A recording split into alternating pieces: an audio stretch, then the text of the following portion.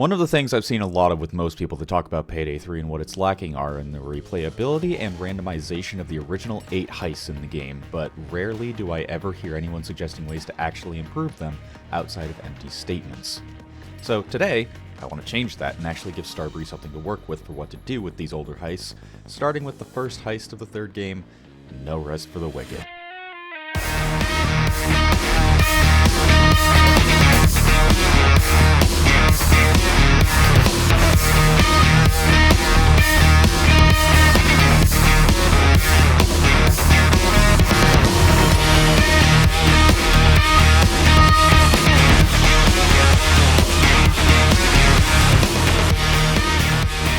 This heist is supposed to be the quintessential introduction to Payday 3 with the mood and mechanics of this entry, showing you the ropes with the social stealth mechanics, how things go when those eventually fail, and generally what you're doing and how to deal with in other heists in the game.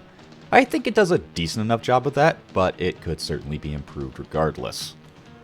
Let's start off with how a typical attempt at this heist will go.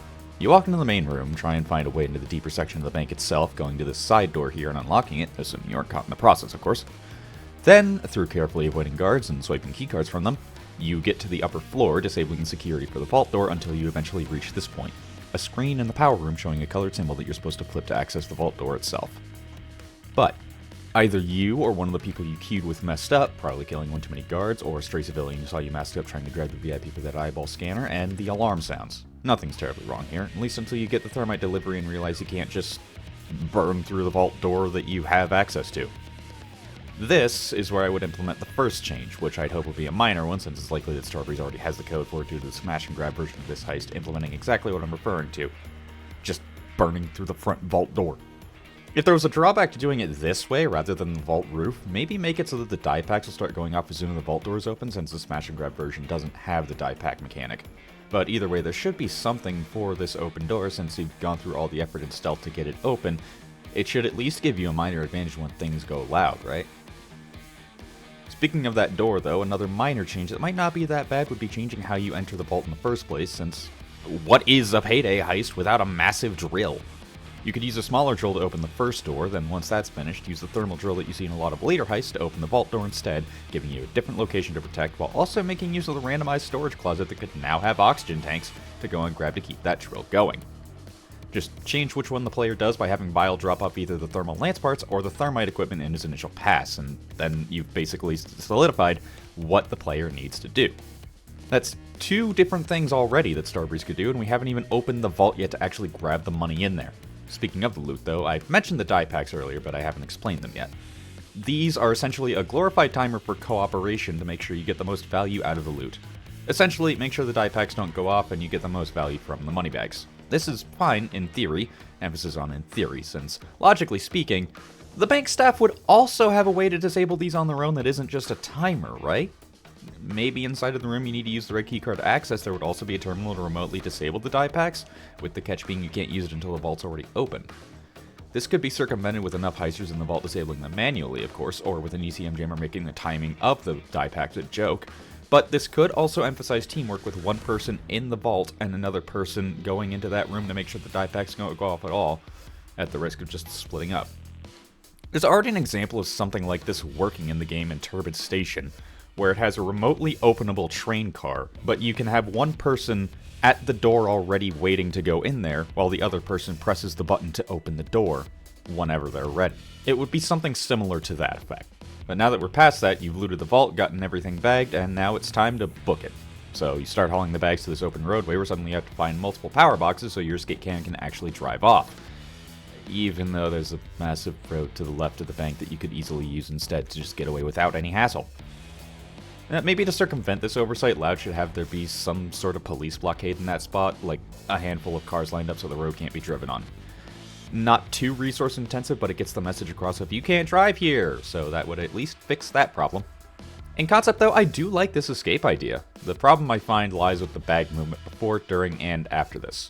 Let me explain using a mock-up diagram of the heist layout as well as some math. I know, math is scary. No Rest has 10 bags in total, 8 from the vault area with the die packs, and 2 from the deposit boxes. Assuming nobody in the heist has the Beast of Burden skill that lets whoever's using it carry 2 bags, you're going to have to take 3 trips minimum to move all of the bags between the bank and this massive open area with little reliable cover. Your only real cover is around this building north of the bank. At least I'm assuming it's north because that's how I mapped this out.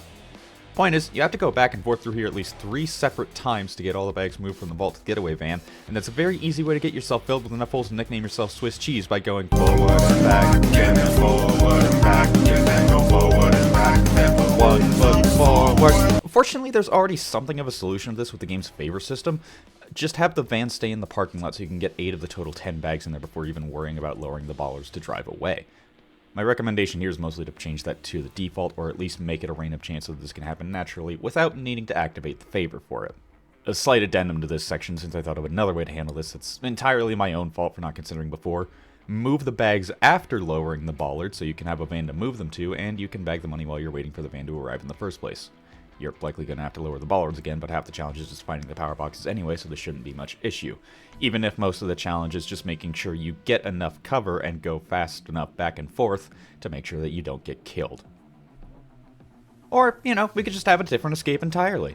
You see this roof area? It's very heavily underutilized in this heist, and I think that could easily be changed by making the getaway a helicopter rather than relying on the van the entire time. I mean, there's an elevated platform here for you to get in the chopper more easily with anyway, so why not have the chopper show up there? Bile already drops off something for you to open the vault with anyway. He could just come back around to grab the loot and get you out of there. And before you say this could be easier than the van, sure, it might be, but the roof is also a prime spot to get picked off by snipers, so each escape method has reasonable downsides to it. To take a break from loud for a minute, let's go back to stealth, and I don't really have anything I'd want to change here. Stealth in this heist is pretty fine, again, besides the die pack mechanic, which I already proposed an alternative to earlier. But in summary, there's quite a few different things to do with this heist, particularly with how to enter the vault and escaping, which are the 2 biggest areas of improvement I think this heist needs. Everything else is pretty well set up.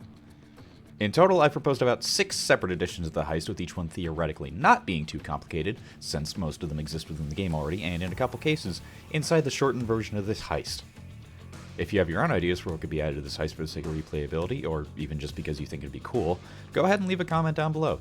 This is the first in a series of 8 videos I'll be making going over the original launch heists in Payday 3, seeing where they fall short and what could be added in the hopefully near future of the game. Until then, thanks for watching, and I'll see you around.